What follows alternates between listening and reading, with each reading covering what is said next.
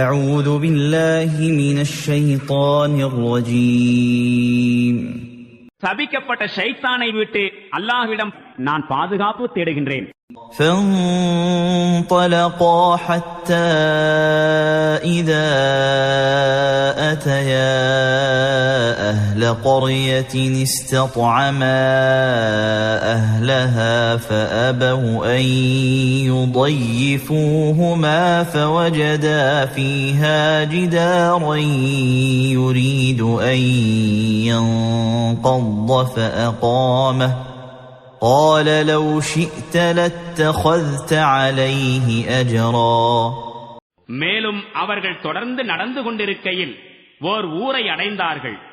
அவ்வூர் மக்களிடம் உணவு கேட்டார்கள். ஆனால் அவர்கள் அவ்விருவரையும் உபசரிக்க மறுத்துவிட்டார்கள். அங்கே அவர்கள் ஒரு சுவரை கண்டார்கள். அது கீழே விழ இருந்தது. அவர் அந்த சுவரை சரிப்படுத்தி நிறுத்தினார். மூசா கூறினார், நீர் விரும்பியிருந்தால் இப்பணிக்காக கூலி வாங்கி இருக்கலாமே. قال هذا فراق بيني وبينك سأنبئك بتأويل ما لم تستطع عليه صبرا. அதற்கு அவர் கூறினார், நானும் நீரும் பிரிய வேண்டிய நேரம் வந்துவிட்டது. உம்மால் பொறுமையாய் இருக்க முடியாத விஷயங்களின் உண்மை நிலையை இனி நான் உமக்கு அறிவித்து விடுகின்றேன். أما السفينة فكانت لمساكين يعملون في البحر فأردت أن أعيبها وكان وراءهم ملك يأخذ كل سفينة غصبا. அந்த கப்பலை பற்றிய விஷயம் என்னவெனில், அது கடலில் கூலி வேலை செய்து கொண்டிருந்த சில ஏழைகளுக்குரியது. நான் அதை பழுதாக்கிட நாடினேன். ஏனெனில் அவர்களுக்கு முன்னே ஒரு மன்னன் ஆளும் பகுதி இருந்தது.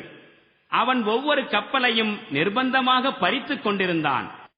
وَأَمَّا الْغُلَامُ فَكَانَ أَبَوَاهُ مُؤْمِنَيْنِ فَخَشِينَا أَن يُرْهِقَهُمَا طُغْيَانًا وَكُفْرًا. மேலும் அந்த சிறுவனை பற்றிய விஷயம் என்னவெனில், அவனுடைய தாய் தந்தையர் இறை நம்பிக்கையாளர்களாய் திகழ்ந்தனர்.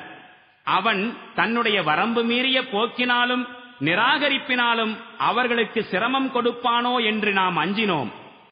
فَأَرَدْنَا أَن يُبْدِلَهُمَا رَبُّهُمَا خَيْرًا مِّنْهُ زَكَاةً وَأَقْرَبَ رُحْمًا. ஆகையால் அவர்களுடைய இறைவன் அச்சிறுவனுக்கு பதிலாக அவனைவிட சிறந்த ஒழுக்கமுள்ள குடும்ப உறவுகளை பெரிதும் பேணக்கூடிய பிள்ளைகளை அவர்களுக்கு வழங்கிட வேண்டுமென நாம் விரும்பினோம். وَأَمَّا الْجِدَارُ فَكَانَ لِغُلَامَيْنِ يَتِيمَيْنِ فِي الْمَدِينَةِ وَكَانَ تَحْتَهُ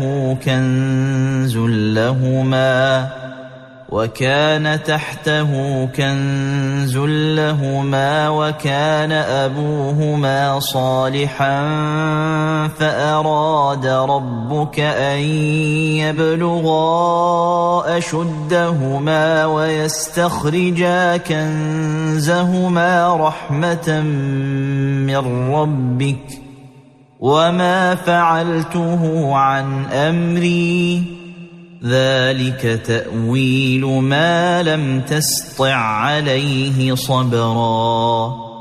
மேலும் அந்த சுவரை பற்றிய விஷயம் என்னவெனில், அது அவ்வூரில் இருந்த இரு அனாதை சிறுவர்களுக்குரியது. அதன் அடியில் அவர்களுக்குரிய புதையல் ஒன்று இருந்தது.